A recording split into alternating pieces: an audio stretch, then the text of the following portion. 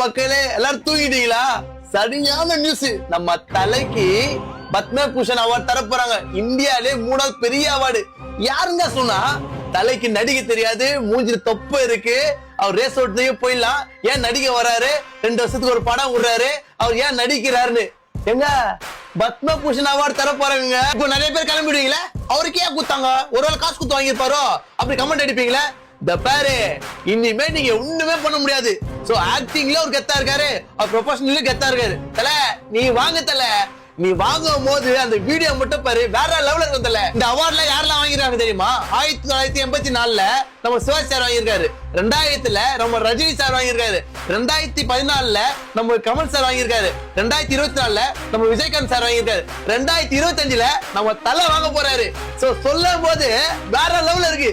வாங்கினோட எல்லாரும் வாயும் சூழ மூடி தியேட்டர்ல வந்து படத்தை பார்க்கணும். ஓகேவா?